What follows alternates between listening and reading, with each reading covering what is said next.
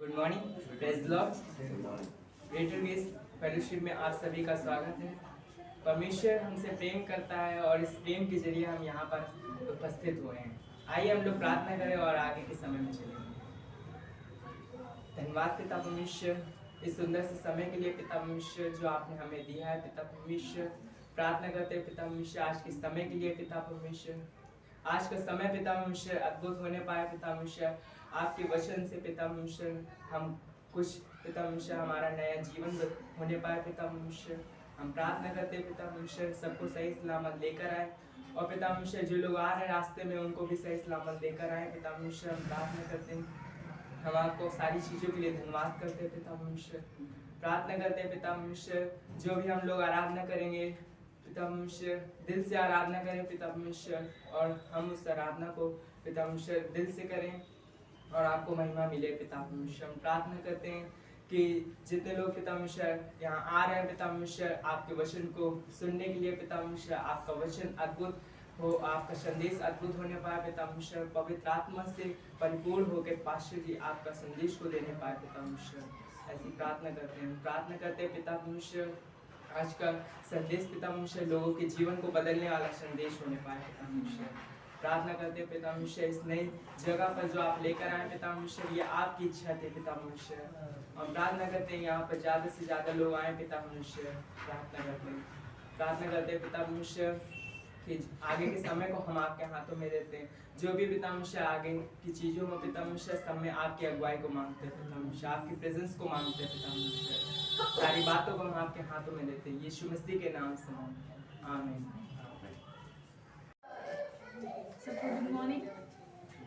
आइए हम परमेश्वर की आराधना करेंगे। जैसे परमेश्वर ने कहा है कि वो हमसे इतना प्यार करता है कि उसने हमारे लिए अपना इकलौता पुत्र दे दिया, तो उसका प्यार सागर से भी गहरा और हम उस प्रेम को नाप नहीं सकते। पर हम धन्यवाद देते हैं कि परमेश्वर ने हमसे इतना प्यार किया है। तो आइए हम उसी प्यार को याद करते हुए, उसी सेक्रीफाइस को याद करते हुए उसकी आराधना करेंगे पूरे दिल से।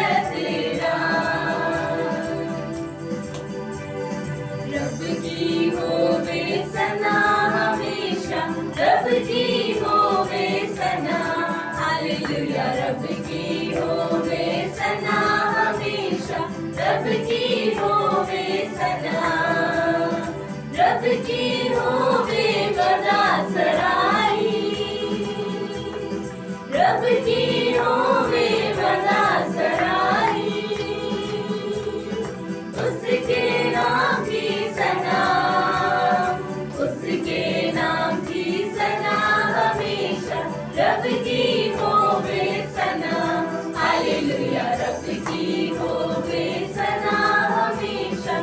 रब की होवे सना, रब के घर में होवे शिवाइश,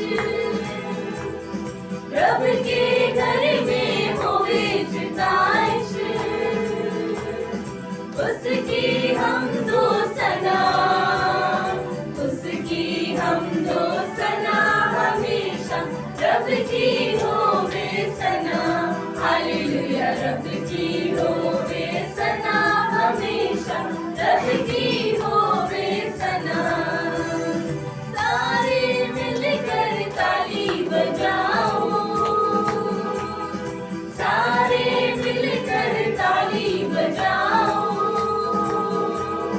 गाओ रब की सना, गाओ रब की सना हमेशा, रब की होवे सना, हालेलुया रब की होवे सना हमेशा, रब की होवे सना, हालेलुया रब की होवे सना हमेशा, रब की होवे सना।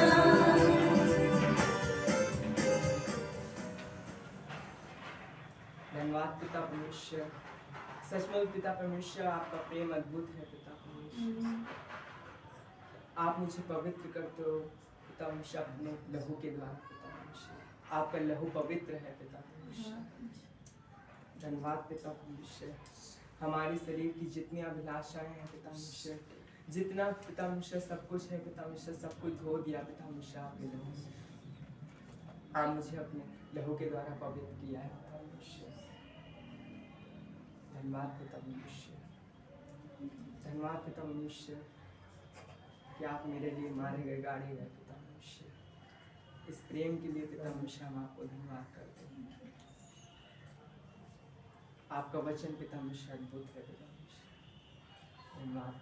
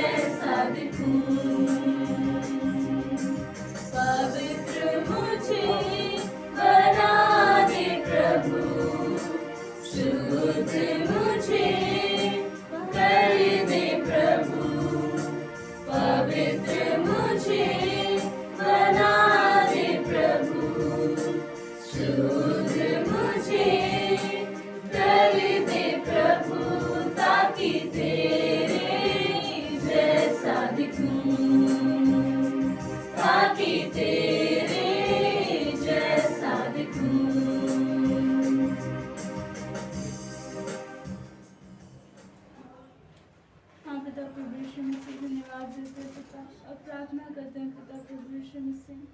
कि हमें अपने वचनों पर चलाइए पिता प्रभु यीशु मसीह। हम पिता प्रभु यीशु मसीह आपके द्वारा जाने जाए पिता प्रभु यीशु मसीह। हमको जब लोग देखे पिता प्रभु यीशु मसीह तो उन्हें हमें आपकी छवि दिखाई दे पिता प्रभु यीशु मसीह। ऐसा जीवन बनाइए पिता प्रभु यीशु मसीह। हम आपके नाम को धन्य कहते हैं पिता प्रभु यीशु मसीह। और सब यीशु मसीह हम सब मिलकर आपकी आराधना करते हैं पिता, क्योंकि आप महान हो पिता। आपसे ज़्यादा महान कोई नहीं है पिता प्रभु यीशु मसीह। आप सच्चाई हो प्रभु पिता। हम धन्यवाद देते हैं पिता और हम आपके नाम को आपको धन्य कहते हैं पिता। धन्यवाद देते हैं प्रभु यीशु मसीह।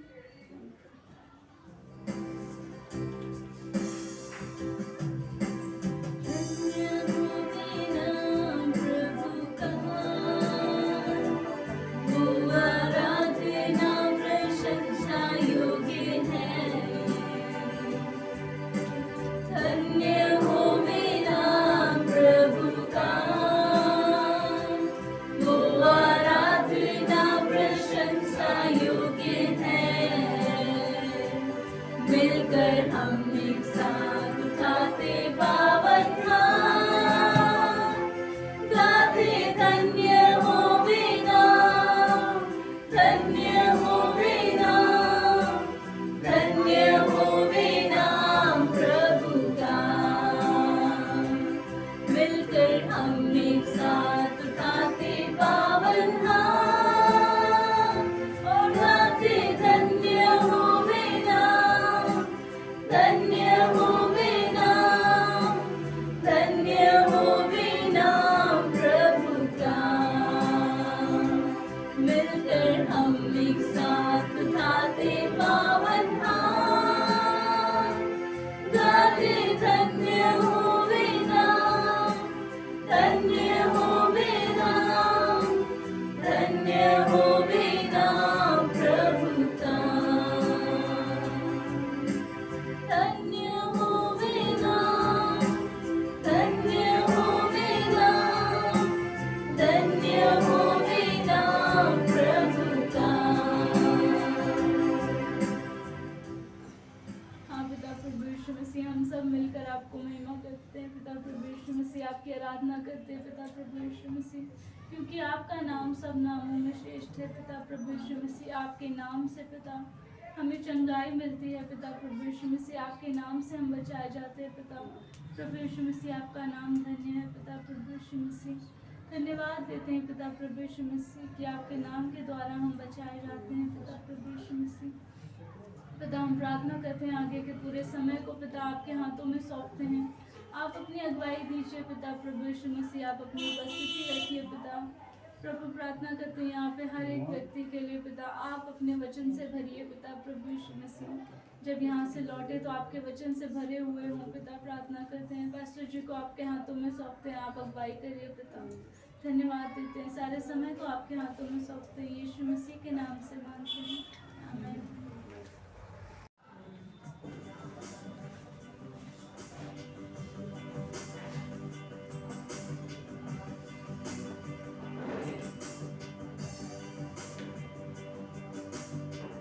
तूने किया खाली अपने आप को, छोड़ी सारी महिमा, होकर खुदा किया शून्य अपने आप को, बड़ा मनुष्य समान। तूने किया खाली अपने आप को, छोड़ी सारी महिमा, होकर खुदा किया शून्य अपने आप को, बड़ा मनुष्य समान। बन गया दास समान, मृत्यु सही मृत्यु क्रूस की, और हुआ सबसे महान। तू राज करे, तू राज करे, तू राज करे सारी दुनिया में।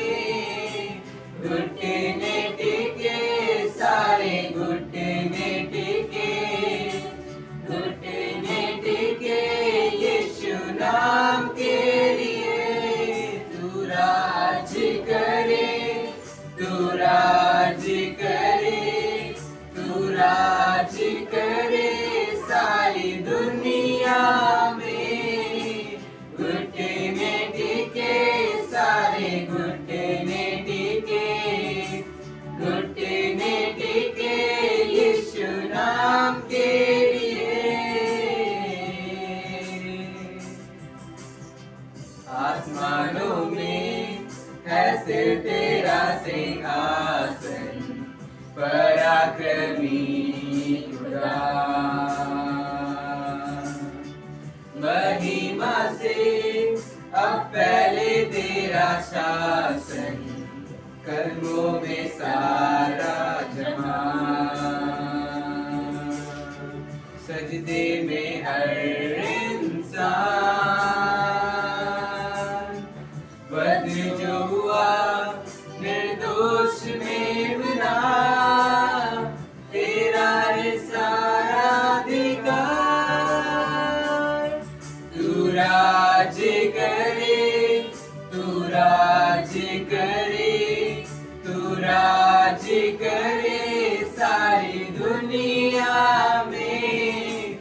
घुटने टिके सारे घुटने टिके, घुटने टिके यीशु नाम के लिए।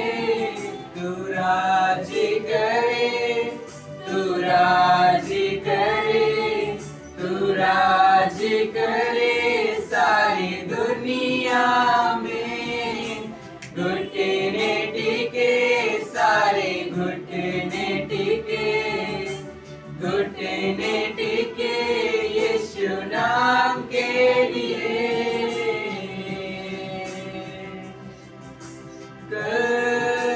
आज और सर्वदा यीशु तू ही है खुदा। आज और सर्वदा यीशु तू ही है खुदा। तू राज करे, तू राज करे, तू राज करे सारी दुनिया में। घुटने टिके सारे घुटने टिके, घुटने टिके यीशु नाम के लिए। तू राज करे, तू राज करे, तू राज करे सारी दुनिया में। घुटने टिके सारे घुटने टिके, घुटने टिके यीशु नाम के लिए।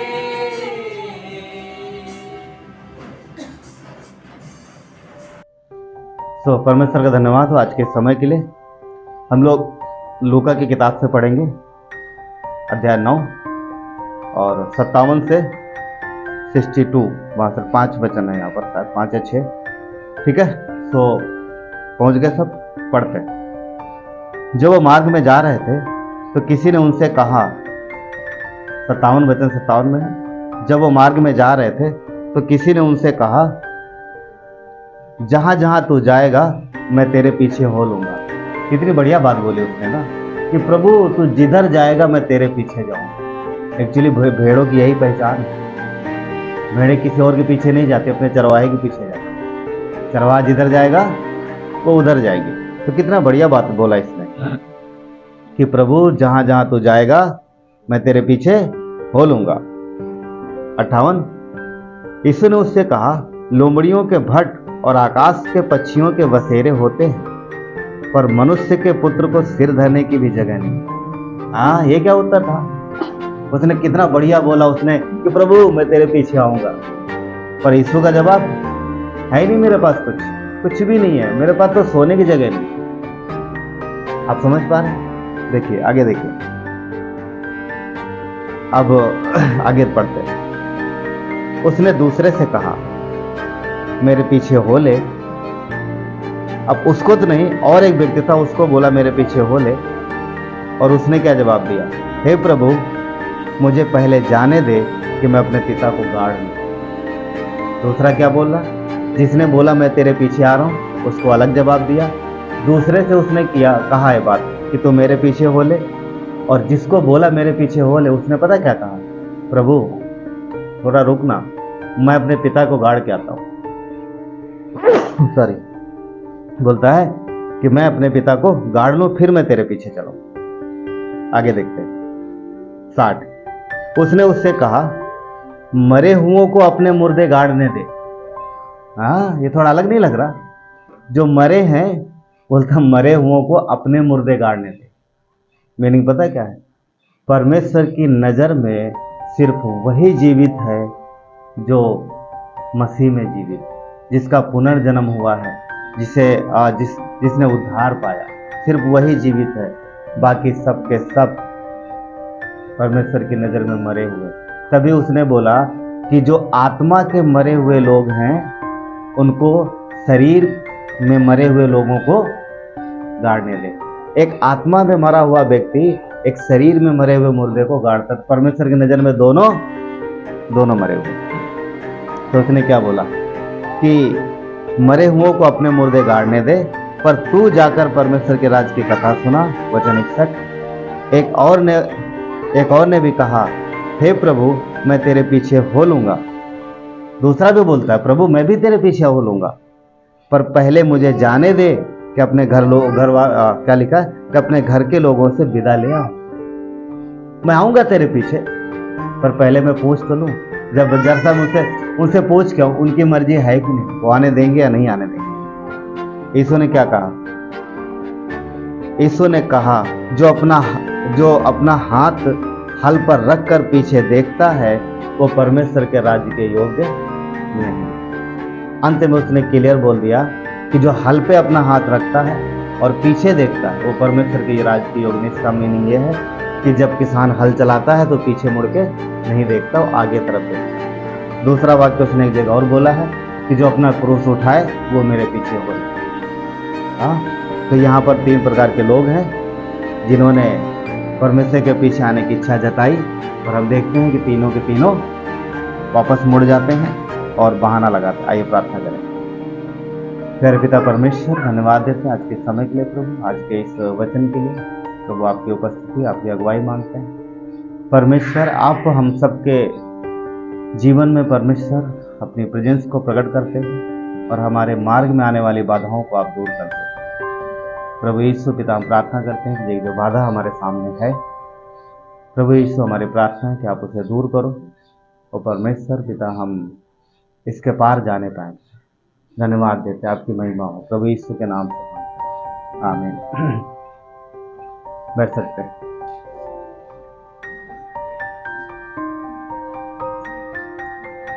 तो अभी जो हम लोगों ने पढ़ा, जो हिस्सा पढ़ा, उसमें कितने लोग मिले, कितने लोग हैं जिन्होंने यीशु से बात की? 3 लोग। कितने हैं? 3 लोग। एक पहला वाला क्या बोला कि प्रभु मैं तेरे पीछे क्या करना चाहता हूँ? आना चाहता हूँ। आवाज आ रही ना वहां तक? मैं तेरे पीछे आना चाहता हूँ। तो जिसने बोला कि मैं तेरे पीछे आना चाहता हूँ, यीशु ने उसको जवाब क्या दिया?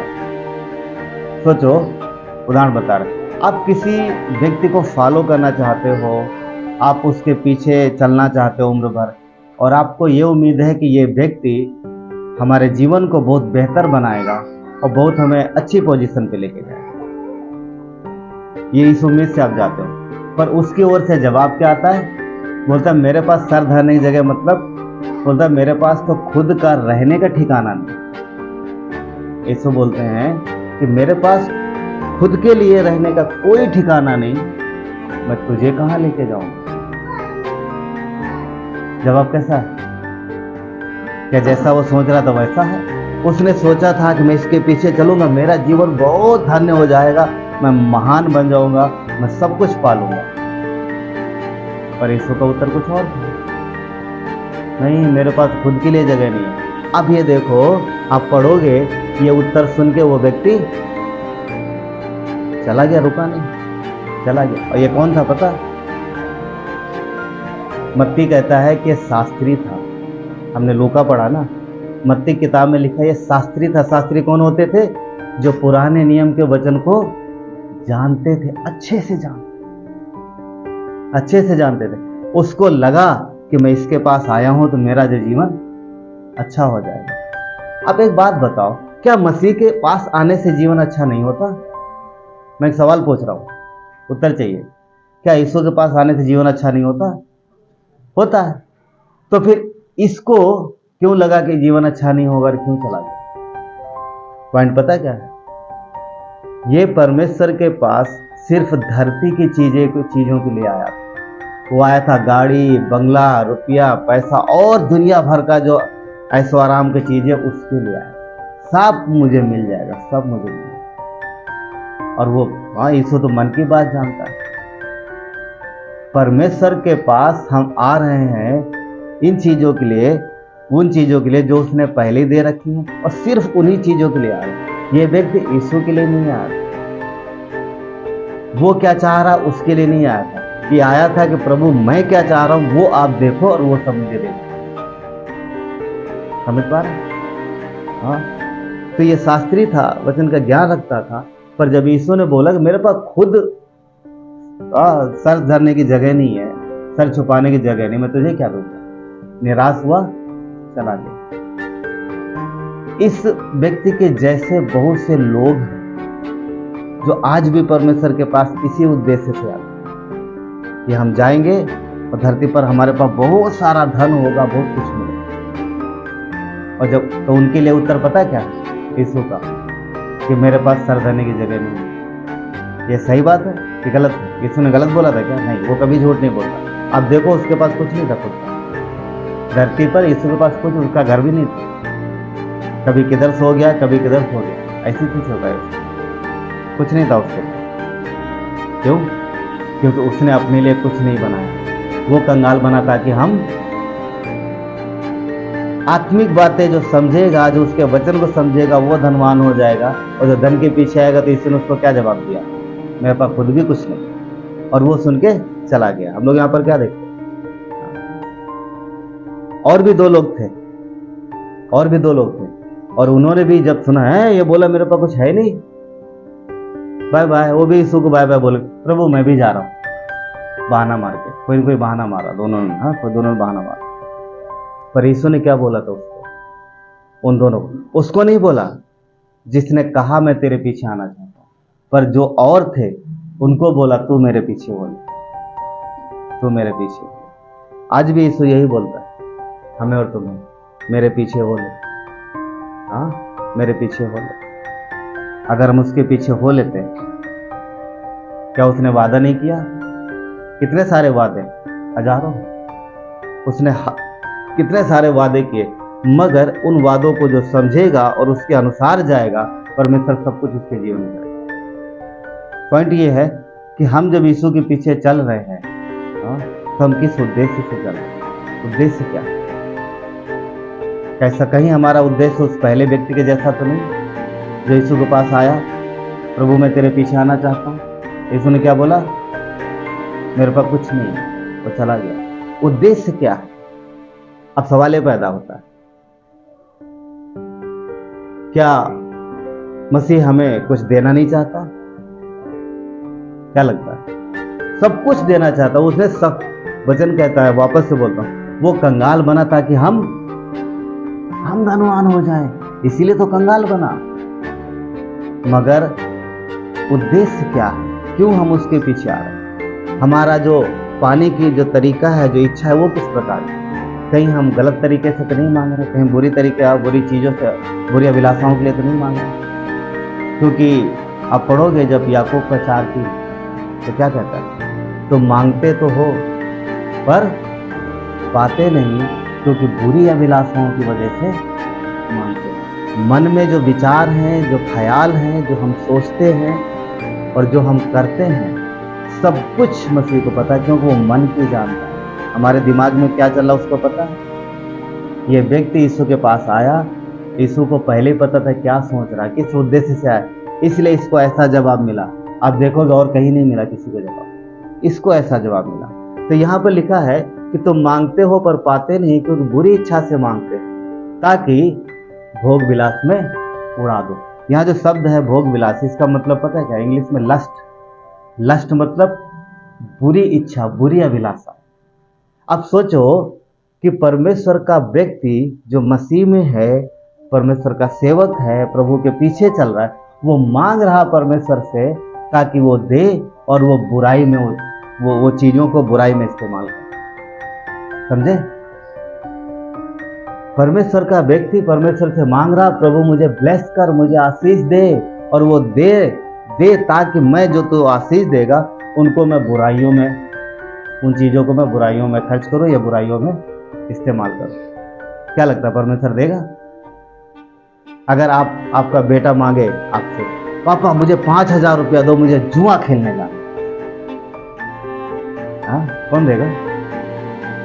मम्मी मैं जा रहा हूँ स्कूल कॉलेज, मुझे 100 रुपया चाहिए, काहे के लिए? कोई भी बुराई नहीं, कोई भी चीज ले, मुझे वहां रास्ते में एक भांग की दुकान पड़ती है, वो खाना है, कौन देगा? जब हम नहीं देते हैं अपने बच्चों को बुराई के लिए पैसा, तो आप सोचो वो कैसे देगा?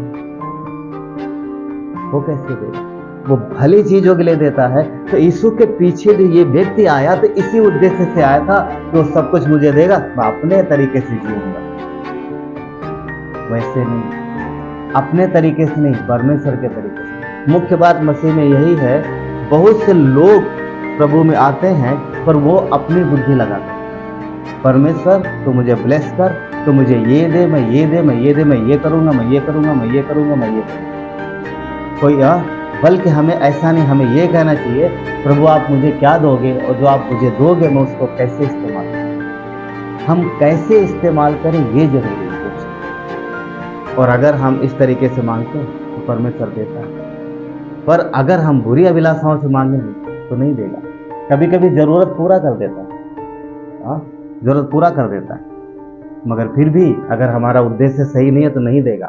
किसी को याद है यूहन्ना का 6वां अध्याय, जहां पर 5,000 लोगों को उसने खाना खिलाया? कितने लोगों ने पढ़ा? बढ़िया घटना, पढ़िएगा, बहुत बहुत बहुत मजेदार, पढ़िएगा।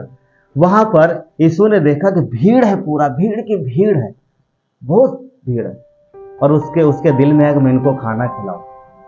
हम सब जानते हैं, उसने चेलों को परखने के लिए भी बोला, इनके लिए भोजन कहां से आएगा? तो उनके चेले क्या बोलते?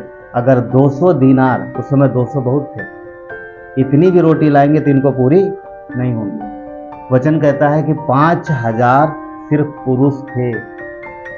कितने पुरुष? यहां पर पुरुषों की संख्या देखो और महिलाओं की संख्या देखो। यहीं पर ये कलीसिया है, पहले भी ऐसी ही थी। कहने मतलब यह है, पुरुषों से ज्यादा महिलाएं थी वहां पर। तो कितने होंगे? सिर्फ पुरुषों को गिना, बाइबल ने सिर्फ पुरुषों को गिना। कितने थे? 5,000। 20 साल के ऊपर वाले। बाइबल जब काउंट करता है तो 20 साल के ऊपर का काउंट करता है, ऊपर का गिनता है। तो 20 साल के नीचे वाले और महिलाएं, उनको छोड़ दिया। लगभग 15,000 अनुमान से कम 15, ज्यादा भी हो सकते हैं। 2 मछली 5 रोटी, 2 मछली 5 रोटी, कितने लोगों ने खाया? लगभग 15,000 लोगों ने खाया। अब इतना ही नहीं, इसके बाद वो सब खा पी के चले गए और यीशु अलग चले गए, कहीं और चले गए, कहीं और चले गए। जिन्होंने खाया था अगले दिन फिर चलो फिर मिलेगा खाने, और फिर वहां पर भीड़ इकट्ठा हो गया। मगर इस बार देख रहे यीशु वहां नहीं। आज क्रिसमस नहीं है, आज खाना नहीं मिलेगा। क्रिसमस में रहता तो चलेंगे ना, आने वाला क्रिसमस, राइट? बहुत सारे लोग आते हैं, तो उनका क्रिसमस था, अगले दिन देखो वहां कुछ नहीं। अब इन्होंने देखा कि नहीं, मुझे तो आज पक्का खाने, कड़ी कल की मछली बड़ी स्वादिष्ट है, आज हम फिर जाएंगे। और वो लोग गए, वो लोग ढूंढते ढूंढते गए, देखा वहां नाव भी नहीं थी, पर कुछ नावें आ गई, और उन्होंने पता लगा गया किधर। किसी ने बता दिया वहां गया है, किसी ने बताया उन्नाव गया है ना, उदाहरण तौर बता रहे। तो वहां बगल की जो कोई जगह थी कफरनहूम, वहां गया था। पता चला कफरनहूम गया, तो ये नाव में बैठे और पहुंच गए वहां पर, और वचन पढ़ो, चलो हम लोग चलते वहां पर थोड़ी देर के लिए, अच्छा लगेगा। यूहन्ना के 6 में चलते हैं। बहुत बढ़िया बोलते हैं लोग, बहुत अच्छे से लिखा गया है ना, यूहन्ना ने बहुत बढ़िया तरीके से लिखा है। यूहन्ना के 6 में देखिए,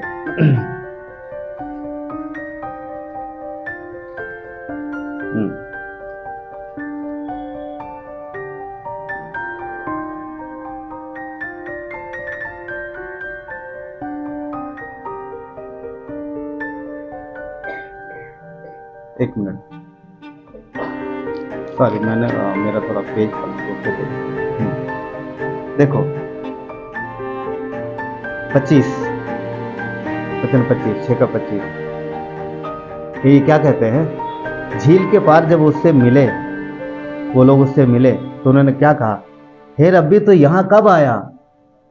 हे रब्बी मतलब गुरु होता है। उन्होंने बोला हे गुरु, हे यीशु तो यहाँ कब आया, तूने हमें बताया नहीं। अच्छी बात नहीं, इस बार तूने हमें छोड़ दिया ना, कल खाना खिलाया, इस बार नहीं पूछा। कई बार लोग बोलते ना, इस बार हमको भूल गए, हाँ जानबूझ के छोड़ दिया, ऐसा बोलते ना। कभी कुछ हो तो ना बुलाओ किसी को या गलती से, तो फिर अगले दिन फोन आता है, अच्छा सबको बुलाया और हमको, ठीक है भाई हम गरीब लोग, बहुत सारे ऐसे लोग बोलते हैं ना।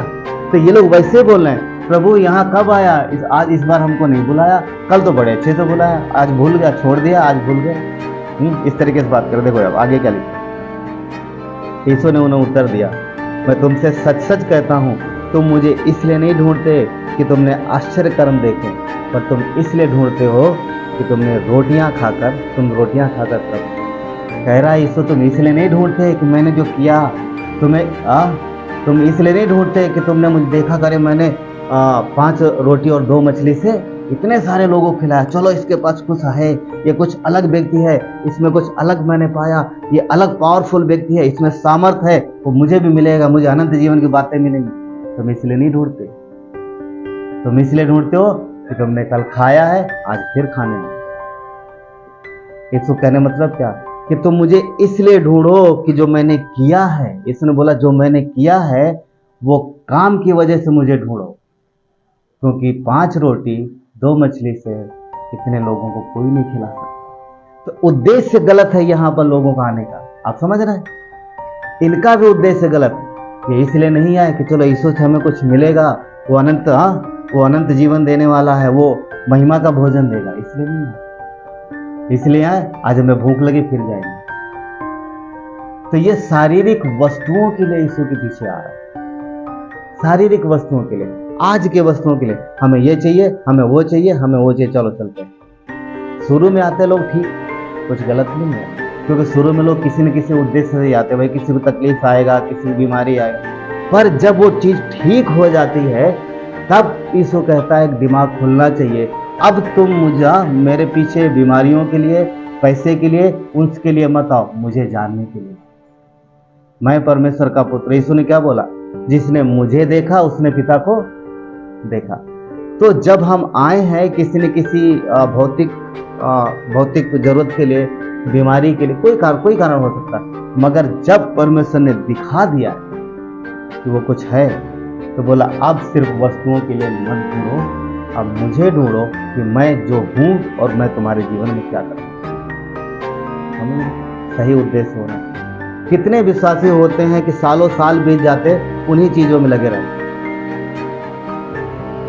छोटे बच्चे नहीं, तभी लिखता है, तभी वचन लिखता है, कहता है कि तुम तो अभी भी तुम दूध पीने वाले हो, तुम्हें दूध की जरूरत है, पर तुम क्या बोलते, तुम मांस नहीं खा सकते। इसका मतलब यह है कि तुम कड़क भोजन, जो कि मजबूत भोजन नहीं खाते। पर जब हम समय, कहते ना समय के हिसाब से हमें क्या हो जाना चाहिए, समय के हिसाब से बढ़ना भी जरूरी है। अब सोचो ना, ये सिमोन है, दूसरा किधर गया, जोएल, इधर जोएल है, 20 साल बाद भी ये दूध। अब सोचो ना, इधर आओ, तुम ही आओ यार, ठीक, एक बोतल लेके आओ, बोतल दे रहा उसका दूध का, बोतल दूध का बोतल है, 1 मिनट के लिए। हाँ अब इमेजिन करो, इधर आ गए, ठीक। अब ये इतने बड़े हो गए हैं, अब आप सोचो ये बैग में जाते हैं और सब टिफिन खोलते हैं और ये बोतल लेके कैसा लगे, आप इमेजिन करो। हाँ थोड़ा करके देखो ना, हाँ बस सोचो, आप सोचो ना, आप समझ पा रहे, कैसा लगेगा। और थैंक यू ना, बैठ सकते। तो अच्छा नहीं लगा ना, अच्छा नहीं लगा। इतना बड़ा बच्चा सब बढ़िया बढ़िया खाना निकाले, इसने दूध का बोतल निकाला, सबके सामने पी रहा, अच्छा नहीं लग रहा। परमेश्वर को भी अच्छा नहीं लगता है जब हम 15 साल के हो जाते हैं, 20 साल के हो जाते हैं, बड़े हो जाते हैं और तब भी हम बोतल ही लगा के पीते, उसको अच्छा नहीं लगता। वो भी पिता है, वो भी पिता है। हम माता पिता हो के अपने बच्चों के ग्रोथ पर, जब हमारे बच्चे बढ़ते नहीं तो कितना चिंतित होते हैं, हाँ, लक्ष्मीबन कितना चिंतित हो रही थी, आराधना बढ़ नहीं रही थी। हमने भरोसा दिलाया परमेश्वर आपकी बेटी को बढ़ाएगा, चिंता मत करो। प्रेज गॉड, अभी वो बड़ी हुई है, लंबी हुई है। हाँ, पर चिंतित हो रही थी, ये बढ़ नहीं रही है। माता पिता चिंतित होते, ध्यान रखना परमेश्वर भी वैसे चिंता करे। अगर हम बढ़े नहीं, अगर हमारी ग्रोथ नहीं हुई तो चिंता करें नहीं है प्रभु अभी भी रोटी, हम रोटी ही खाएंगे, बस रोटी चाहिए, रोटी चाहिए। कल भी खिलाया था, आज भी खिला, 2 साल से खिला रहा, आगे भी खिला। क्या उसने खिलाने के बाद नहीं किया? मगर तुम आ किस उद्देश्य से रहो मेरे पीछे, तुम आ क्यों रहो? यीशु ने क्या बोला? इसलिए नहीं आ रहे हो कि तुमने चमत्कार देखे, तुम इसलिए आ रहे हो तुमने रोटी खाया, आज फिर तुम्हें रोटी खाई। अद्भुत बात पता है क्या है? अद्भुत बात यह है कि जिन लोगों को यीशु ने एक दिन पहले रोटी खिलाया, दोबारा जब मांगने गए उतना चल के गए, उनको रोटी नहीं खिलाई, ऐसे वापस चले आए कुड़कुड़ाते हुए। हम जानते हैं इसको, ये कुछ नहीं है, मसीह नहीं हो सकता, ये तो उसका यूसुफ का पुत्र है, ये बड़ाई का बेटा, इसकी बहनें हमारे बीच में रहती है, हम जानते हैं इसको, ये कुछ नहीं। आप समझ पा रहे? अगर रोटी खा लिया, हाँ ये मसीह है तो ये वही है, ये वही भविष्यवक्ता, पढ़ के देखो ये लिखा है कि जिस दिन खाया उस दिन बड़ी तारीफ की, अच्छा जो आने वाला था मसीह तू ही है, क्यों आज तूने मेरा पेट भरा है। और अगले दिन अब जब नहीं मन का हुआ, बेकार, कुछ नहीं है। क्या विश्वासी ऐसे नहीं होते? कई बार जब प्रार्थना पूरी होगी तो प्रेज लॉर्ड, जब नहीं पूरी हुई, हम आप लोगों को बात नहीं कर रहे हैं, तो बहुत से ऐसे हैं कि जो कुड़कुड़ाते हैं। ऐसा नहीं करना है। उद्देश्य क्या है? उद्देश्य क्या है? हम जो प्रभु के पीछे आ रहे हैं तो उद्देश्य क्या? हमारी सारी धरती जरूरतें पूरा करें, हमें रोज खिलाए, हाँ, या फिर हमें वो ढूंढना चाहिए जिसके लिए मसीह आया धरती पर। अब सोचो, उन लोगों को उसने खाना नहीं खिलाया तो चले गए, ऐसे चले गए। देखिए यहां पर क्या लिखा है,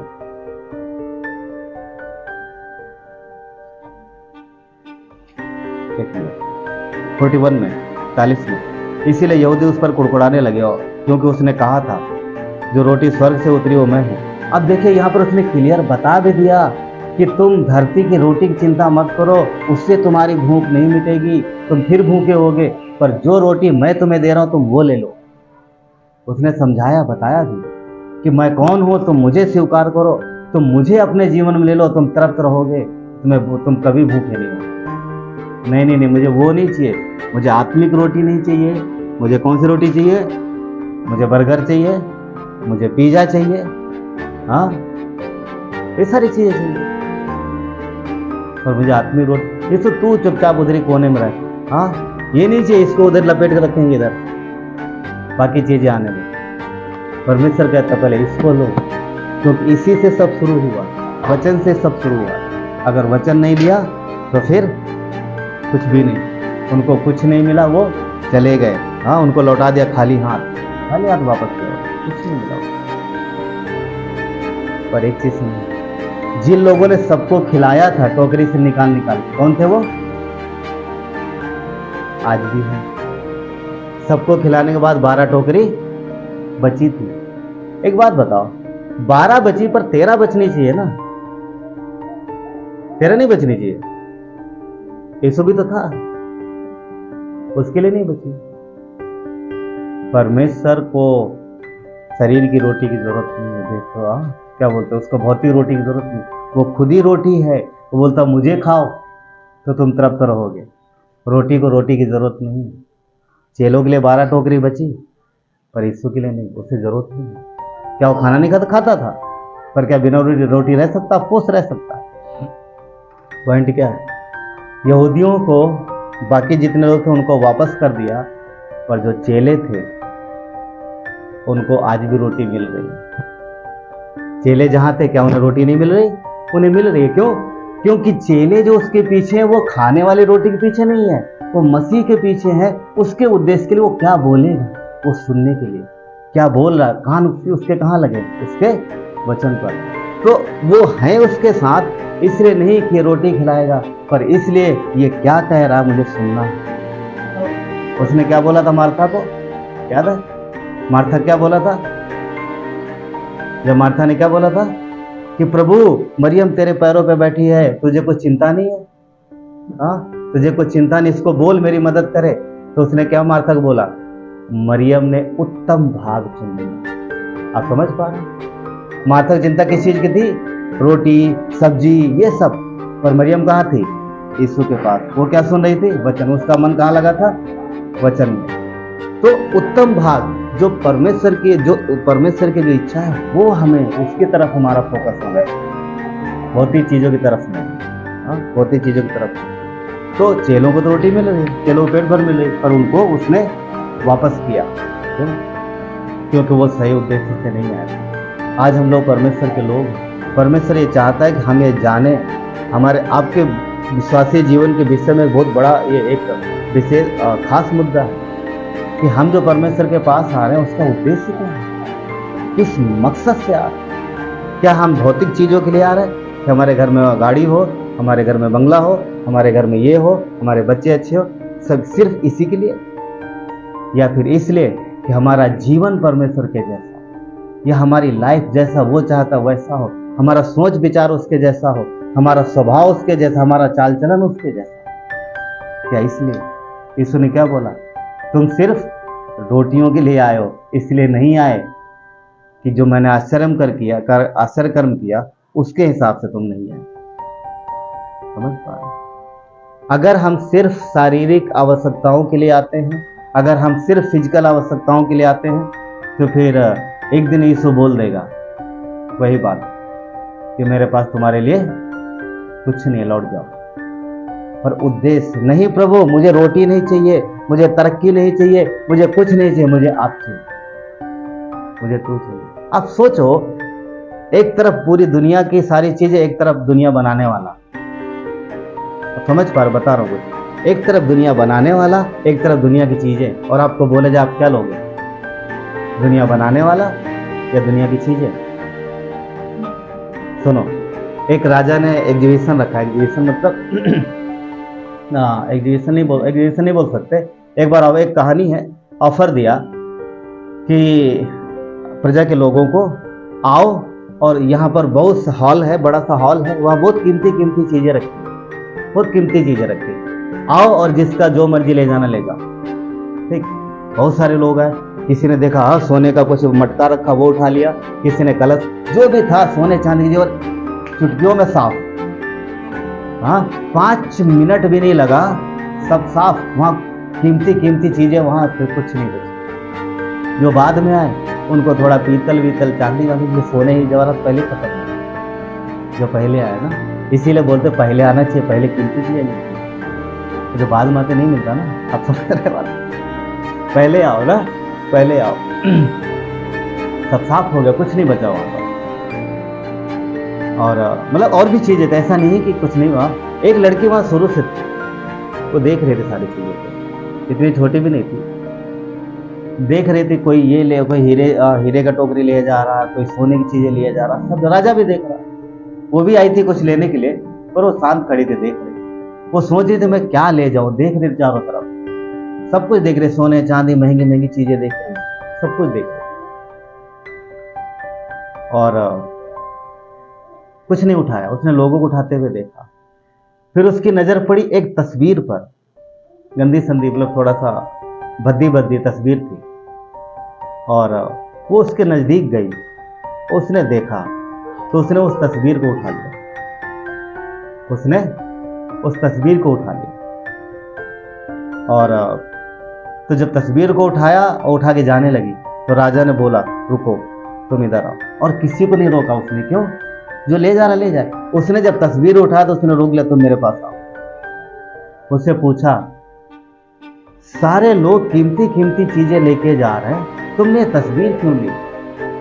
तुमने तस्वीर क्यों उठाई? उसने पता क्या बोला, मैंने इसलिए उठाई, ये मैं हमारे होने वाले महाराज की तस्वीर। उसके राजा के बेटे की तस्वीर थी। राजा बूढ़ा था, थोड़े देर बाद में उसका बेटा राजा बन गया। बोला कि ये हमारे होने वाले महाराज की तस्वीर, ये हमारे आपके बेटे की तस्वीर है, इसको कोई नहीं ले जा रहा, पर मुझे चाहिए, मुझे राजा की जरूरत है जो मेरी अगुवाई करे। अब सुनिए, उसके पीछे राजा ने कुछ लिखा था, ये तस्वीर जिसकी होगी सब कुछ उसका होगा। जिसका बेटा होगा उसका सब होगा। आप समझ पा रहे हैं? थोड़े दिन बाद वो उस देश की क्या बनी? क्वीन बन गई। उसने चुनाव किसका किया था? किस चीज किया? पुत्र का चुनाव किया। उसने अपने राजा का चुनाव किया, चीजों का चुनाव नहीं किया। पॉइंट ये था, वो पहचान गई कि तो राजा की तस्वीर है। हमें और आपको पहचानने की जरूरत, देखिए कहानी काल्पनिक है एक तरीके से, परंतु इस संसार की चकाचौंध में हमें मसीह को पहचानना है, जो कि चमकता तो बहुत है मगर उसके लिए आंखें चाहिए। क्या वो तस्वीर सबको नहीं दिख रही? दिख रही, पर देखने के लिए मन की आंखें चाहिए। यीशु क्या बोला? वो अगम्य ज्योति है, वो सूरज को चमका रहा है। जो व्यक्ति जो परमेश्वर सूरज को चमका रहा, वो खुद कितना चमकेगा। मगर यीशु को देखने के लिए आत्मिक बुद्धि चाहिए, आत्मिक आंखें चाहिए। वचन क्या कहता है? बुद्धिमान के सर में आंखें होती है, तो क्या हमारे का पैरों में? कहने का मतलब ये है कि हमारे भी सर में आंखें हैं, पर सिर मतलब बुद्धि की आंखें, बुद्धि की आंखें। वो सिर में तो सबके आंखें, परंतु वो आंख जो बुद्धि की आंख, वो देखे। तो जो पुत्र जिसके पास है, सब कुछ उसके पास है। क्या वचन नहीं कहता? दुनिया, पता है क्या, हम भौतिक चीजों पर ज्यादा गौर करते हैं। अरे पड़ोसी कार ले आया, अच्छा हम तो इससे पहले से रह रहे हैं यहाँ पर। अरे तुम कुछ करते काहे नहीं? देखो ना उसको। होता है घरों में, घरों में होता है। देखो ना वो किनके घर में क्या हो रहा है, देखो क्या कर रहे हैं ना। और हम लोग कब तक ऐसे रहेंगे? यीशु ने बोला तुम स्वर्गीय वस्तुओं पर मन लगाओ, क्योंकि एक दिन सब यहीं रह जाएंगे। और जो हम धरती पर इकट्ठा करेंगे, जो हम धरती पर बांधेंगे, वो स्वर्ग में बंधेगा। किसी महान प्रचारक ने एक बात बोली थी, महान सेवक ने, कि जितना तुम धरती पर बांधोगे, मैं बता चुका हूं, बोल भी चुका हूं, जितना तुम धरती पर बांधोगे उतना स्वर्ग में खुलेगा। राइट, ये वचन है। पर उसने क्या बोला था कि जितना तुम धरती पर यहां परमेश्वर के लिए करोगे, एक दिन आएगा कि तुम्हारे पास सिर्फ उतना ही होगा। वापस बोलो, जितना तुम परमेश्वर के लिए करोगे, जितना तुम परमेश्वर को समय बिताओगे, जितना तुम परमेश्वर के लिए जो भी करोगे, एक दिन आएगा कि आपके पास सिर्फ और सिर्फ उतना ही रहेगा। तो कब समय आएगा? जब हम लोग ये शरीर को छोड़ के जाएंगे परमेश्वर के पास। क्या हम जाएंगे? कितना भी यकीन करते हैं परमेश्वर के पास जाएंगे? 2, 3, 4, 5 बस, बाकी कोई नहीं, सब कर ना। तो अगर आप परमेश्वर के पास गए, ठीक है, गए, तो वहां पर जब आप जाओगे तो बहुत कुछ दिखेगा, बहुत सारे लोग दिखेंगे। और आप वहां 70 साल 80 साल के लिए नहीं जाओगे। यहाँ बेबी बॉर्न होता है 15 साल 20 साल, तो उसको समझ नहीं आती। और 20-25 साल बाद जब उसको ठीक ठाक समझ आती है, तब वो अपने कैरियर के लिए भागता है, कैरियर बनाना। और 25-35 साल तक जब कैरियर बना लेता है, तब तक शादी हो जाती है, बच्चे हो जाते, फिर बच्चों को कैरियर बनाना, बाद में बूढ़ा होके, और जब उसके पास चीजें होती तब वो बूढ़ा हो जाता है। इस्तेमाल करने के लिए ज्यादा टाइम नहीं बचता, समझ रहे हैं? इस्तेमाल होने के लिए टाइम नहीं बचता, तो फिर बच्चों पे ध्यान देता है, फिर धीरे धीरे समय खत्म हो जाता है। पर जब आप स्वर्ग जाओगे तो आपके बहुत समय है, उस समय अनंत के लिए पहुंच गए ना हम लोग। वहां पर चीजों की जो आपके पास है, उस समय उनकी अहमियत पता चलती। अरे ये हमारा पड़ोसी, ये तो ज्यादा कुछ था, हम तो देखते नहीं थे, ये तो कभी, मगर इसके पास इतना सब कैसे आया? इसको तो हम ही लाए थे कलीसिया में, ये हमसे आगे कैसे निकल गया? क्योंकि वो विश्वास योग्य रहा, क्योंकि रोटी के पीछे नहीं भागा, वो जीवन की रोटी के पीछे भागा। तो वहां पर क्या हो रहा कि ये लोग रोटी के पीछे भाग रहे, पर यीशु ने बोला तुम जीवन की रोटी के पीछे भागो ना। उनको कुछ नहीं मिला, वो चले गए। तो हम और आप जो मांगते हैं वो महत्वपूर्ण है, मांगना जरूरी है, पर उद्देश्य सही होना चाहिए। अगर कितने सारे लोग होते हैं जिनकी अगर जो कुछ किसी काम के लिए, मैं बहुतों को जानता हूँ, आप भी जानते हो, कुछ समय के लिए आए, कलीसिया में आए, ये प्रार्थना वो प्रार्थना किया, सबने मिलके की और पूरी हो गई। और बाद में वो यीशु को बाय बाय बोलते, बाय अब हम फिर मिलेंगे जब दोबारा कोई समस्या आएगी। नहीं तो नहीं। एक बात बताओ, क्या परमेश्वर मन की नहीं जानता? क्या भविष्य नहीं जानता कि ये थोड़े दिन बाद छोड़ के चले जाएंगे? फिर भी उनकी प्रार्थना सुनता है, पूरी करता है। क्यों? क्योंकि उन पर गवाही है। कल कोई ये ना बोल सके कि हम तुझे जानते नहीं या तूने मेरे जीवन में कुछ नहीं किया।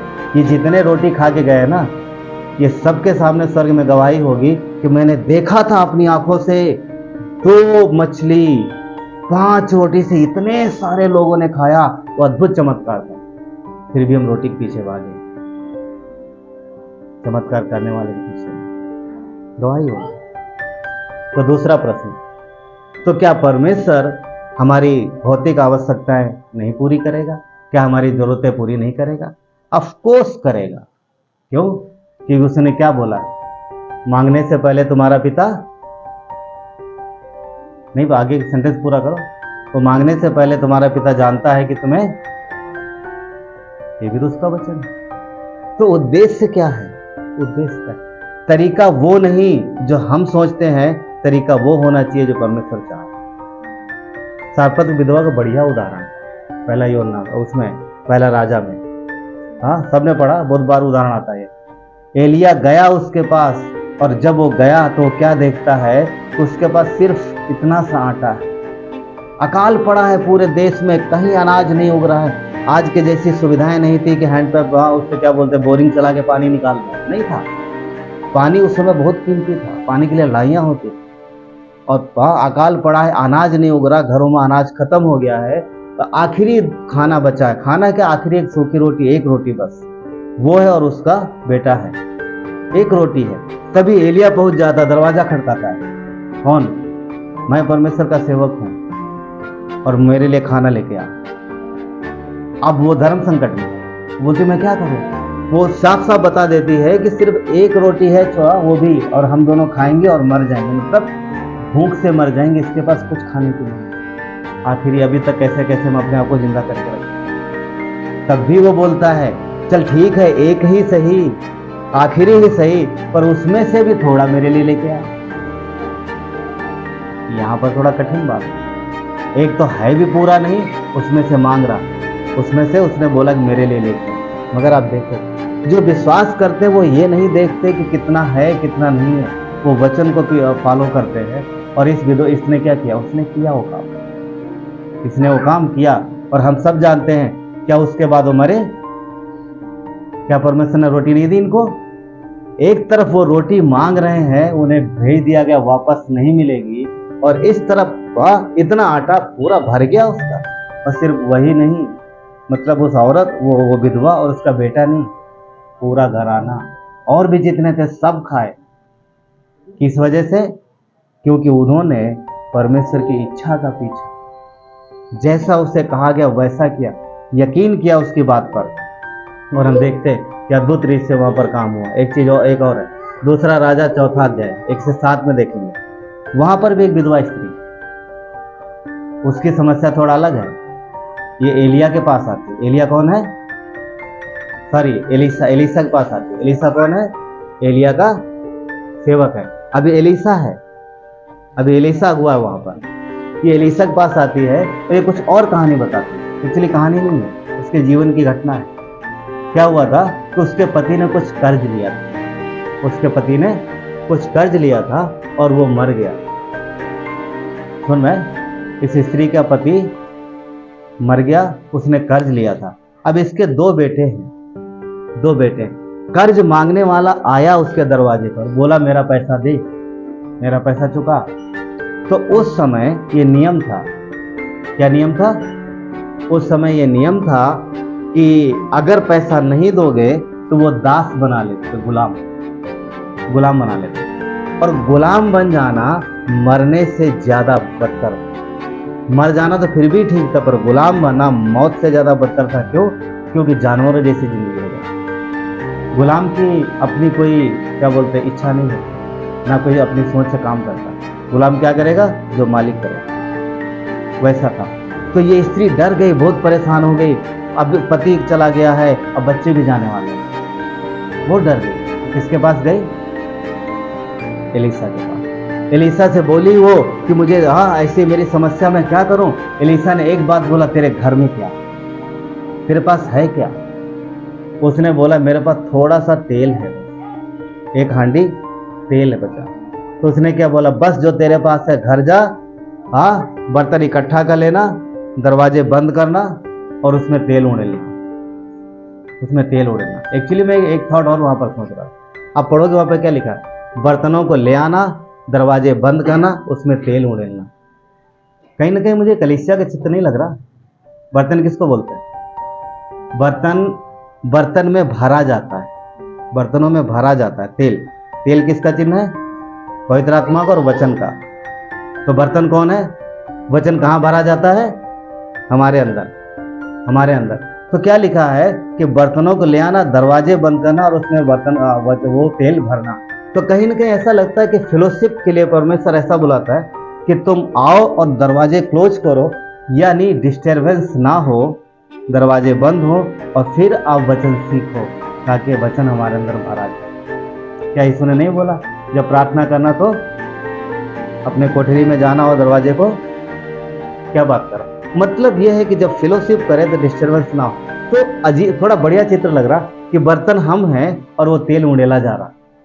कितना अच्छा है ना जी।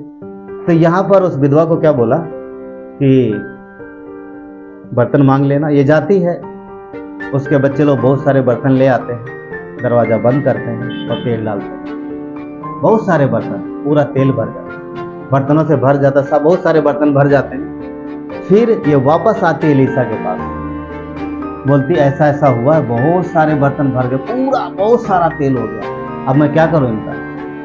एलीसा ने बोला इनको बेच, इसको तेल को बेच दे और कर्जा चुका। उसने तेल बेचा, कर्जा चुकाया और लंबे समय तक उनका भरण पोषण होता रहा। पॉइंट क्या? क्या परमेश्वर यहाँ पर खिला नहीं रहा? खिला रहा ना। उधर विधवा और उसके पूरे परिवार को खिलाया, कार्पतिक विधवा को, इधर इसको भी खिला रहा। परंतु इनको क्यों खिला रहा? क्यों? क्योंकि ये रोटी के पीछे नहीं भाग रहा है, ये बंगला गाड़ी के पीछे नहीं भाग रहा है, ये अपनी फिजिकली जरूरतों के लिए नहीं भाग रहा है, ये सक्सेस के पीछे नहीं भाग रहा है, ये परमेश्वर के पीछे। अगर हम परमेश्वर के पीछे जाते हैं तो परमेश्वर हमारे जीवन में सब कुछ करेगा, सब कुछ करेगा। पर अगर हम अपनी बुरी अभिलाषाओं से, शारीरिक अभिलाषाओं की वजह से अगर परमेश्वर के पीछे जाएंगे तो प्रॉब्लम हो सकती है। प्रॉब्लम क्या होगी? शायद इनकार हो सकता है। पुराने नियम में देखोगे कई सारे लोग हैं जिन्होंने शोहरत पानी चाहिए, जिन्होंने रुतबा पाना चाहा, परमेश्वर की मर्जी से नहीं, खुद की मर्जी से, खुद की ताकत से। और क्या हुआ? परिणाम बुरा हुआ। कोरा को जानते हैं? कोरे ने अपनी ताकत से रुतबा पाना चाहा, लीडरशिप पाना चाहा, वो और उसके साथ के लोग सब धरती में समा गए, धरती फटी और सब चले गए अंदर। क्यों? क्योंकि परमेश्वर के विरुद्ध उन्होंने काम किया। मूसा जानते हैं मूसा को? कितने लोग जानते हैं मूसा को?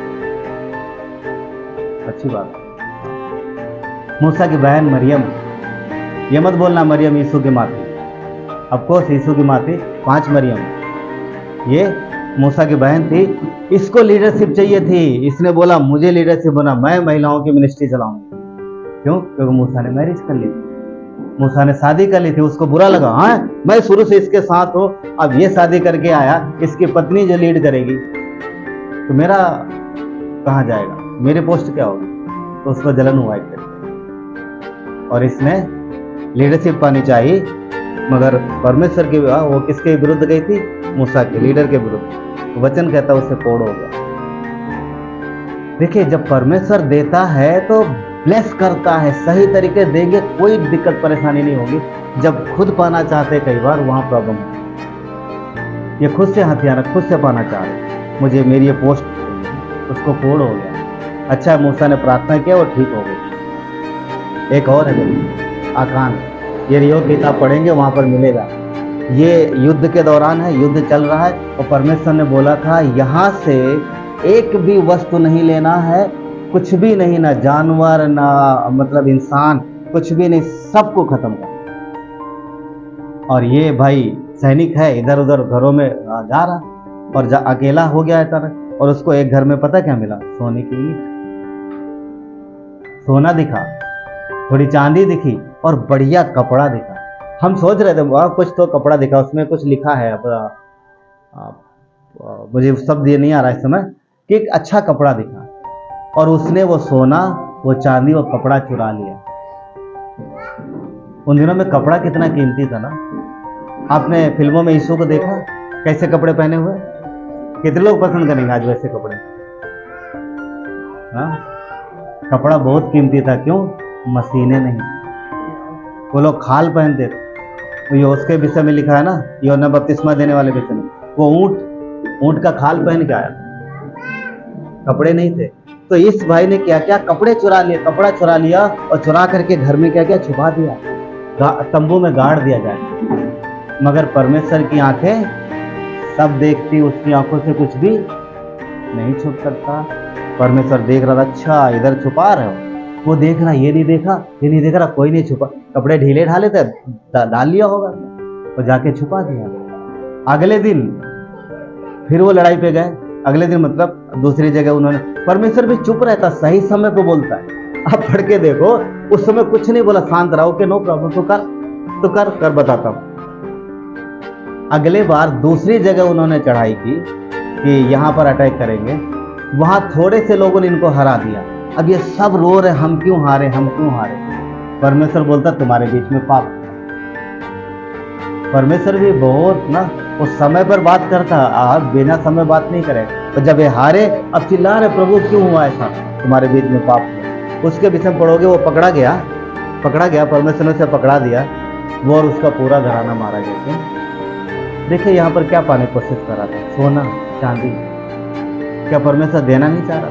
अगर परमेश्वर ने बोला नष्ट करो तो नष्ट करो, उठाने की जरूरत नहीं है। पर इसको लगा नहीं, मेरे घर में ये नहीं है, चलो हम उठा लेंगे, यहाँ कौन देख रहा। एक्चुअली ये सिद्धांत पता है क्या, मतलब हमें कुछ सीखने की जरूरत है यहाँ से। परमेश्वर की इच्छा के विरुद्ध अगर हम कुछ करते हैं या फिर ये देखते कि यहाँ कोई नहीं देख रहा, तो ध्यान रखना परमेश्वर तो देख रहा। क्यों? हम विश्वासी लोग, ये खत्म हो जाता है, हाँ नष्ट हो जाता है। तो भौतिक चीजें परमेश्वर दे, इसका मतलब क्या? परमेश्वर ने सोना चांदी नहीं, बहुत दिया उनको, मगर अपनी इच्छा अनुसार पा रहे थे वो। उसने कोशिश की थी। बिलाम को जानते हैं? परमेश्वर की इच्छा के विरुद्ध, धन के लालच में, खूब सारा इनाम पाने के चक्कर में वो परमेश्वर की इच्छा के विरुद्ध काम कर रहा था और परमेश्वर के लोगों को श्राप देने जा रहा था। वहां पर क्या हुआ? परमेश्वर ही उसके विरुद्ध में आके खड़ा हो गया, तू ये गलत कर रहा है। तो जब हम ये लोग क्या कर, मैं इनके नाम क्यों बता रहा हूं? क्योंकि इन लोगों ने परमेश्वर को नहीं ढूंढा, भौतिक चीजों को ढूंढा, सुख सुविधाओं को ढूंढा, और इसलिए इनके जीवन में तकलीफ, इसलिए इनके जीवन में परेशानी। हन्ना और सफीरा याद है? फिर तो कम 5 में वो कलीसिया में अपने आप को ऊंचा उठाना चाह रहे थे, कलीसिया में अपनी महिमा चाह रहे थे, गलत नहीं है। मगर तब जब परमेश्वर ऊंचा उठाया, तब खुद की ताकत से कई बार गड़बड़ होता। इन्होंने क्या किया? इन्होंने झूठ बोला। कलीसिया में कुछ दिया था इन्होंने जमीन बेचा और जमीन बेच करके पैसा दिया। इन्होंने क्या बोला पता? जितने की जमीन थी हम सब लेके आए, यही है। किसको दिया था? पतरस को। और पवित्र आत्मा ने बोला ये झूठ बोल रहा, पतरस को बताया। तो पतरस ने बोला उसको कि क्या इतनी ही की थी, क्या इतना ही दाम था जितनी जमीन थी? वो बोला हाँ इतना ही था। वही मर गया अंदर का, वहीं मर गया, वहीं खत्म हो गया। कहां पर? कलीसिया में। क्यों? तो उसने झूठ बोला। थोड़ी देर बाद उसकी बीवी आई, उससे पूछा क्या जमीन इतने की थी? हाँ इतने की थी। तो पतरस बोलता तुम लोग क्या कर रहे दोनों? तुम दोनों ने एक प्लान किया है कि हम जाके झूठ बोलेंगे परमेश्वर। अब पढ़ोगे वहां पर भी उसका वो भी मर जाती है। पॉइंट क्या बोलने का? देखिए भौतिक चीजों के पीछे नहीं, हमारा उद्देश्य सही होना चाहिए। अगर हम सिर्फ संसार की चीजों को प्राप्त करने के लिए यीशु के पास आ रहे हैं तो उद्देश्य सही नहीं है। हमें यीशु के लिए आना, हमें यीशु चाहिए जीवन में। अगर वो हमारे जीवन में है तो सब कुछ हमारे जीवन में। और हाँ, जब मसीह आएगा ना, जब वो देगा तो सुरक्षा भी देता है और आप उसका इस्तेमाल भी करने पाओगे। अन्यथा कई बार हम स्वयं की ताकत से करते हैं और उसका इस्तेमाल भी सही से नहीं हो पाता। तो परमेश्वर अपने समय पर अपने तरीके से देता है।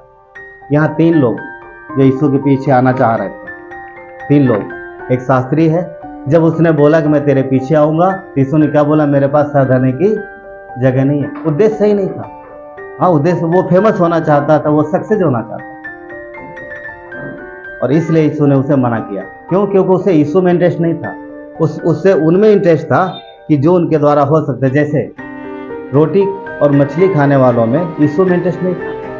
उनका इंटरेस्ट किस में था? रोटी और मछली में। यीशु में इंटरेस्ट नहीं। तो यहाँ पर ये व्यक्ति का भी इंटरेस्ट मसीह में नहीं था। और दो चेले और थे, दो लोग हैं, वो शिष्य थे, वो पहले से यीशु के पीछे चल रहे। जब उन्होंने सुना, अरे इसने क्या जवाब दिया, मेरे पास कुछ नहीं है, तो अरे यार तो कुछ नहीं, तो हम लोग क्या कर रहे हैं यहाँ पर, हम भी क्या कर रहे हैं यहाँ पर। दोनों ने बढ़िया बहाने मारे। एक बोलता है मैं अपने पापा गाड़ के आता हूँ। आप पढ़ोगे, उसका बाप मरा नहीं था और न ही मरने वाला था। वो हट्टा कट्टा था, वो मरेगा 25-30 साल बाद, पता नहीं कितने साल बाद। वो ये बोल रहा था इनडायरेक्टली कि बस हो गया, जब तक मेरा बाप मरेगा नहीं तब तक मैं आऊँगा नहीं। मतलब ये कि मैं नहीं आऊँगा, कुल मिला के मैं जा रहा हूँ। और दूसरे वाले ने क्या बोला? पापा से पूछ के आता हूँ, पापा से पूछ के। अरे कलीसिया आते कि नहीं मम्मी मना करती, पापा मना करते, चाचा को अच्छा नहीं लगता, मामा को अच्छा नहीं लगता, ऐसे कुछ उदाहरण उसके। क्या बोलता मैं पहले परमिशन ले लूँ। अच्छा, जुआ खेलने जाते परमिशन नहीं लेते, दोस्तों साथ घूमने जाते परमिशन नहीं लेते, बुराई करने के लिए परमिशन नहीं लेते, परमेश्वर के पास आने के लिए परमिशन चाहिए। होता है ऐसा? कितने सारे लोग, ये सब बहाने हैं। क्यों? क्योंकि इन्होंने मसीह से जो पाना चाहा वो अलग तरीके से पाना चाहा, पर इन्होंने मसीह को नहीं चाहा, मसीह को नहीं चाहा। जितने लोग यीशु के पीछे जो उस दिन खाना खाए थे, उनमें से एक भी नहीं आया। क्यों? क्योंकि वो रोटियों को चाह रहे थे, मछलियों को चाह रहे थे, यीशु को कोई नहीं चाह रहा। सवाल हमारे वो आपके पास वही है, क्या हम यीशु को चाह रहे हैं या फिर यीशु जो देता वो चीजें चाह रहे हैं? वो मुख्य बात। तो अगर हम उसके पीछे आएंगे तो यीशु के पीछे आना है और यीशु को सुनना समझना है और उसको अपने जीवन में लेना। अगर वो हमारे जीवन में आ गया तो सब कुछ, तो सब कुछ। इब्रानियों का 10:38 कहता है कि मेरा धर्मी जन विश्वास से जीवित रहेगा, मेरा धर्मी जन विश्वास से जीवित रहेगा। यदि वो पीछे हट जाए तो भी मेरा मन उससे प्रसन्न ना होगा। ये परमेश्वर, ये परमेश्वर। इसलिए हमें सही तरीके से उसके पीछे आना है, हमारा उद्देश्य सही होना चाहिए। अफकोर्स सब कुछ अगर हम उसके पीछे आते हैं तो हम, वो हमारा पिता है, संतान होने के नाते हमारी सारी आवश्यकता पूरी। मगर अगर चीज़ों के लिए आएंगे तो फिर उद्देश्य सही नहीं। चलिए प्रार्थना करें। प्यारे परमेश्वर, धन्यवाद देते हैं कि कृपा दया के लिए परमेश्वर, आपकी महिमा हो प्रभु। प्रभु यीशु, यदि आप हमारे जीवन में आते हैं तो परमेश्वर हमारा जीवन बदल जाता है अद्भुत रीत से। परमेश्वर हम हर वो चीज पा लेते हैं प्रभु जो हमने कभी सोचा भी नहीं। पर यदि हम आपको नहीं चाहते हैं और सिर्फ आपके द्वारा दी गई चीजों के पीछे चाहते हैं, या हम चाहते सिर्फ आप हमें वस्तुएं दें, तो उद्देश्य सही नहीं, तो फिर हमें निराशा हो सकती है। प्रभु हम विश्वासी हैं, आपके पीछे चलते हैं। तो परमेश्वर आपके पीछे आने के हिसाब से प्रभु हम आपको चाहेंगे, आपकी इच्छा को ढूंढेंगे, ताकि हमारा जो आने का उद्देश्य हो सही है। क्योंकि आपने कहा है कि जो हल पे हाथ रख के पीछे देखता हो मेरे योग्य, हमें पीछे नहीं देखते, आगे देखते। क्योंकि आप हमारे परमेश्वर और आप हमसे प्रेम करते। धन्यवाद देते हैं, सारा आदर गौरव महिमा आपको। यदि आपने कभी यीशु को विश्वास नहीं, आज आपके पास मौका है, वो आपका उद्धार कर। आप उससे अपने हृदय में क्षमा मांग सकते हैं और यीशु को अपने हृदय में स्वीकार कर सकते हैं। धन्यवाद देते हैं, आपकी महिमा यीशु मसीह के नाम से।